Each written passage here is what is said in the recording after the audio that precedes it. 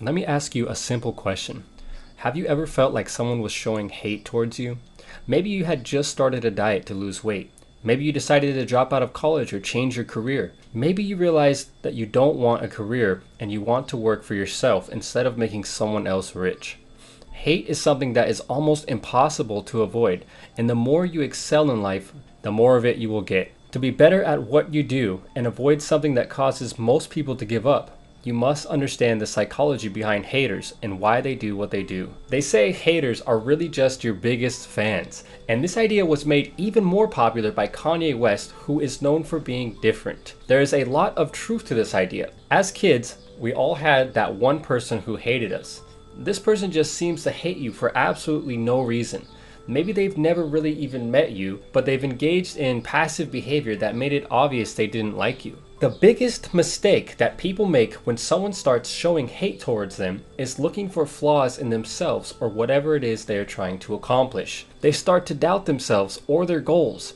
Then they try to look at it from the other person's perspective, which is a natural process for the brain to make sense of the unnecessary hate. Now, depending on your mental strength and many other psychological variables, you might assume that the hate is deserved and give up on your dreams, whatever they might be. At the other end of the spectrum, the hate might not even bother you, or it might even motivate you to push even harder. When someone shows hate to you over the internet or in real life, you need to realize that something is wrong with the other person, not you. One of the main reasons why people hate on other people is because they are projecting their own flaws onto you. Some people are so scared to admit that they have flaws that they deny the existence of the flaws by accusing others of having those exact flaws. I said in an earlier video that a person's biggest flaw is almost always the flaw that they seem to always see in other people. If you pay close enough attention when talking to someone, it shouldn't take long for them to reveal their biggest character flaw to you by accusing others of having that exact problem. The other psychological reason why someone might hate on you is because they're too insecure to watch you succeed and do well. The reality is that some people feel very uncomfortable in their own skin, and by trying to bring others down in any way that they can, it helps them move away from their pain of feeling insecure. Now, if your friend tried to work out and lose weight or build muscle and failed, he will feel insecure when seeing others accomplishing the exact goal that he failed at and never revisited. You might find it interesting that it will almost always be your closest friends and family who show the most hate towards you when you're trying to succeed or chase your dreams. Why do you think that is? It's because we're influenced most by the people we're closest to.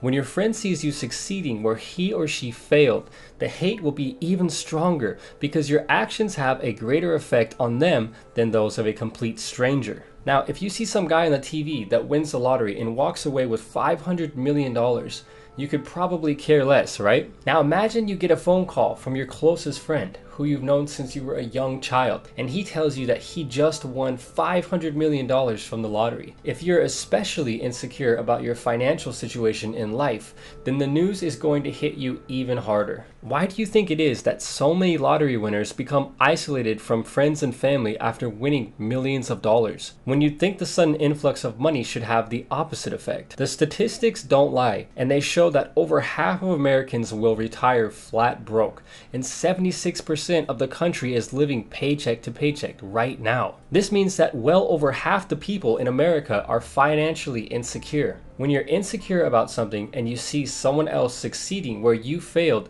it feels like a spotlight is shining down on you. You feel as if you're walking around with a giant sign broadcasting your insecurity to the world. The good news is that everybody handles their insecurities differently. Some people become aware of them and work hard to eliminate them. Others realize they have them but choose to just live with them. Then you have the small percentage of people who, instead of working to improve themselves, choose to actively hate on others. A lot of these people are so unaware of their own psychology, thoughts, and actions that they're almost like hate zombies walking around with their arms up, hating on everything in sight. They actually don't have the slightest clue why they post mean comments on the internet. Now, another reason why people hate on others is because they failed to do something meaningful with their own life. When people aren't doing anything meaningful with their life and see others doing the opposite, they try to bring the other person down to their level of zero meaningful accomplishments.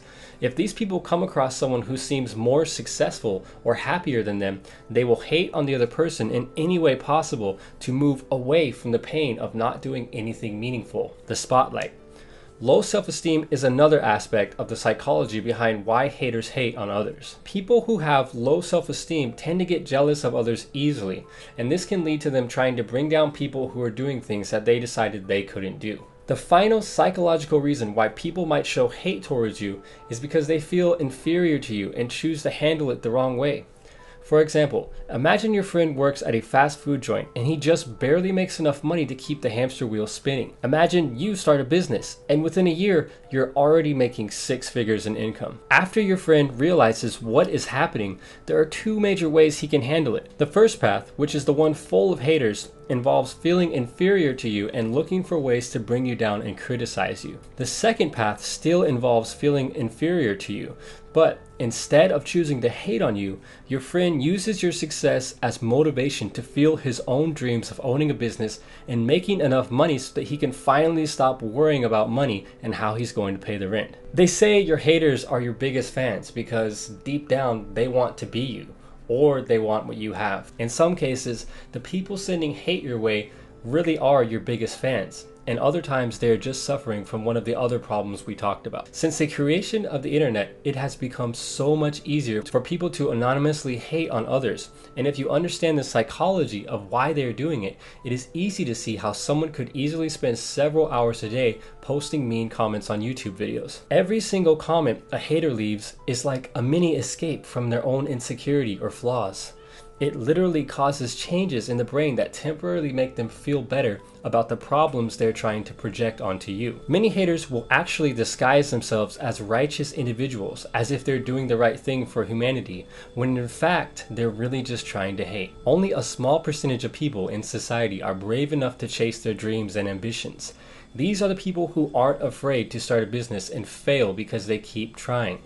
These are the people who aren't afraid to start dieting or ditch the job they hate for something they love instead.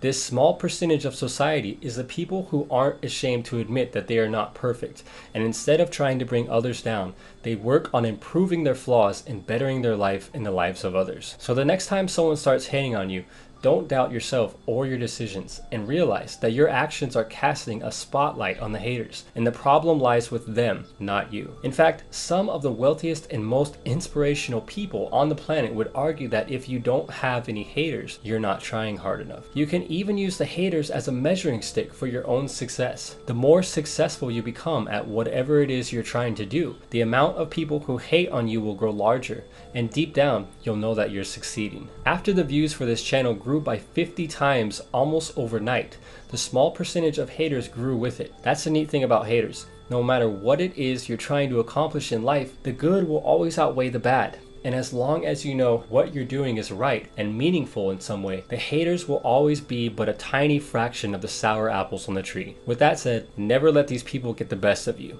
And until next time, thanks for watching.